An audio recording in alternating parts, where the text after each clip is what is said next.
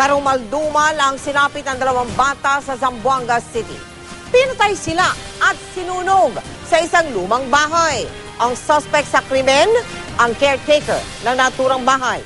Nakatutok ang GMA News stringer na si JV Francisco. Pinatay na, sinunog pa.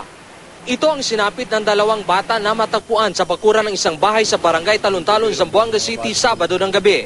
Ayon kay Tonton, di niya tunay na pangalan. 4 silang makasama Sabado ng umaga para mangalakal ng plastik. Dumaan daw sila sa isang lumang bahay sa barangay Talon-Talon. Pero hinawakan daw agad ng isang lalaki ang kasama niyang 9 na taong gulang na si John Larry Mendoza. 11 taong gulang na si Jesse Del Manalo. Tumakbo na raw palabas si Tonton at iniwan ang 2 kaibigan. Cosa se resta hace basta sábado? ¿Dónde se resta anda? Busca plastic. Para cosa mo que? Vende. China. Después se liga ustedes allá al lugar. Sí. O después, ¿qué le sucede? Ya pasaron kami la agarra dayon. Kapan? Después ako de dayon. No hay cosa habla nada. No hay. Pero gabi na raw hindi pa umuwi ang 2 bata. Kaya nagpasya na ang mga magulang na maghanap. Sa tulong ng mga barangay tanod, natunto nila ang lugar kung saan humiwalay ang magkakaibigan. Pumasok kami sa loob. Sige kami lakad-lakad.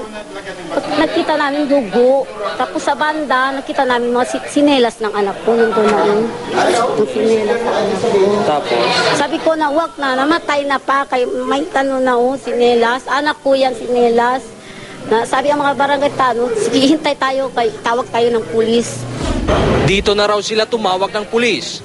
Pagdating ng mga pulis, pinasok ang lugar. Doon na nga nadiskubre ang kalunos-lunos na sinapit ng 2 bata. Tapos sabi ng mga pulis, balik daw kami doon. Hanapin daw kami balik. Pagka dumating kami doon, sabi ang mga pulis, nakita na. Nandoon, nasunog. Si pwede lang asi kay modo li asi kun jamun ana. Ansi natin ko nili asi. Mampreso las tamang bulog eling. Kay kami tormento ni kami supla kun jamun ana. Pero abla-abla lang kami kun jamun ana. Hindi kami ta supla diretso kay bereli ko sa lias kun jamun ana. Ya garucha pa ya kay mapa sinvergüenza di si cara. Maliban sa tsinelas ng mga bata, nakuha rin sa lugar ang ilang bakal na duguan. Inaresto naman si Alfred Miranda, ang caretaker ng bahay. Nakita raw si Miranda nung araw nang mangyari ang krimen.